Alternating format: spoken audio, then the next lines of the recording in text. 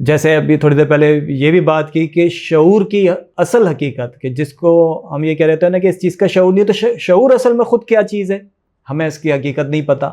پھر خدا کا وجود، یہ بھی ایک صدیوں سے، بلکہ انسان کی جب سے ہیومن ہسٹری ہے، انسان کی تاریخ ہے، تو یہ ایک موضوع انسان کے لیے رہا ہے کہ خدا کا وجود، اس کا ہم نے ایکسپیرینس نہیں کیا، مانتے ہیں لیکن جانتے نہیں ہیں۔ پھر ایک اور چیز ہوتی ہے پرسنل ان نون۔ پرسنل ان نون کیا ہوتا ہے کہ انسان کے اپنے اندر وہ پہلو، انسان کے اپنے اندر وہ خصوصیات جو خود اس پر بھی ظاہر نہیں ہے، انسان خود اپنے وجود کے بارے میں آگاہ نہیں ہے، یا اس پہ وہ حقیقت ابھی ظاہر نہیں ہوئی کہ انسان جو ہے وہ معاشرتی حیوان، ایک سوشل اینیمل کے علاوہ بھی کچھ ہے، اس دنیا میں جو زندگی گزار رہا ہے اس کے علاوہ بھی انسان کی ایک حقیقت ہے۔ ٹھیک ہے، یہ کیا کہلاتا ہے؟ یہ پرسنل ان نون۔ لاسٹ کہ مسٹک ان نون، جسے آپ روحانی یا صوفیانہ نامعلوم بھی کہتے ہیں، مسٹک ان نون، یہ کیا ہے؟ یہ ایک سیکرڈ مسٹری ہے، یا اسے مقدس راز کہہ لیں۔ انسان کے وجود کی ہم نے بات کی، اب ایک روحانی وجود بھی ہے نا، تو یہ ایک مسٹک ان نون ہے ہمارے لیے، ایک مقدس راز ہے۔ انسان کی روح کے بارے میں کہہ لیں کہ روح کیا ہے، پھر خدا کی ذات کی جو ہم نے بات کی کہ خدا کی ذات، یہ بھی ایک مقدس راز ہے۔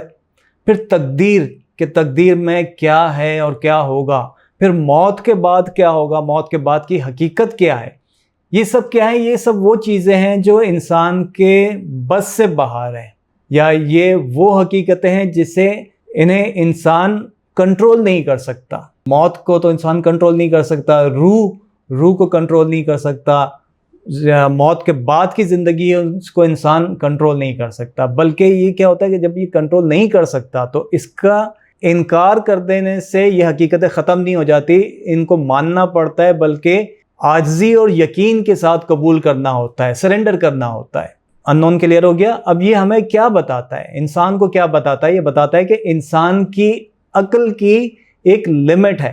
کسی چیز کا معلوم نہ ہونا، کسی بھی چیز کا معلوم نہ ہونا، یہ اس بات کی دلیل نہیں ہے کہ اس کا کوئی وجود نہیں ہے۔ کہ ہمیں اگر کسی چیز کا علم نہیں ہے، معلوم نہیں ہے، تو یہ دلیل نہیں ہے کہ وہ چیز موجود نہیں ہے۔ اور یہی اصول انسان کے انر سیلف پہ، یہی اصول انسان کی روح پہ، انرجی پہ اور خدا کی ذات پہ۔ اگر کوئی خدا کو نہیں مانتا تو اس کا نہ ماننا اس بات کی دلیل نہیں ہے کہ خدا کا وجود نہیں ہے۔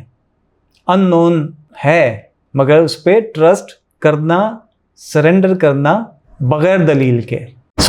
سقراط کا ایک کال مجھے یاد آ گیا کہ سقراط نے یہ کہا تھا کہ اصل حکمت یہ ہے کہ انسان یہ جان لے کہ وہ کچھ نہیں جانتا، ہے نا۔ ہمارا جو نفس ہوتا ہے نا، یہ ایگو جس کو ہم کہتے ہیں، تو یہ ایگو، یہ نفس، یہ ہر چیز پہ کنٹرول چاہتا ہے، قابو میں رکھنا چاہتا ہے ہر چیز کو۔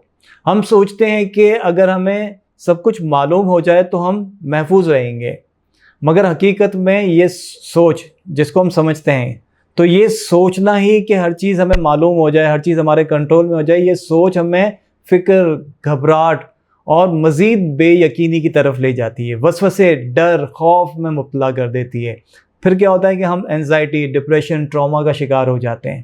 یہاں تک اگر آپ کو کلیئر ہو گیا تو بس بات کو اینڈ کی طرف لے کے جاتے ہیں، اور اگر آپ اجازت دیں اس ڈسکشن کو تھوڑا سا اور مشکل ڈائریکشن میں لے جانا چاہوں گا، میں تھوڑے سا اور مشکل کی طرف جائیں گے، لیکن اینڈ پر آگے چل کر یہ مشکل آسان ہو جائے گی انشاءاللہ۔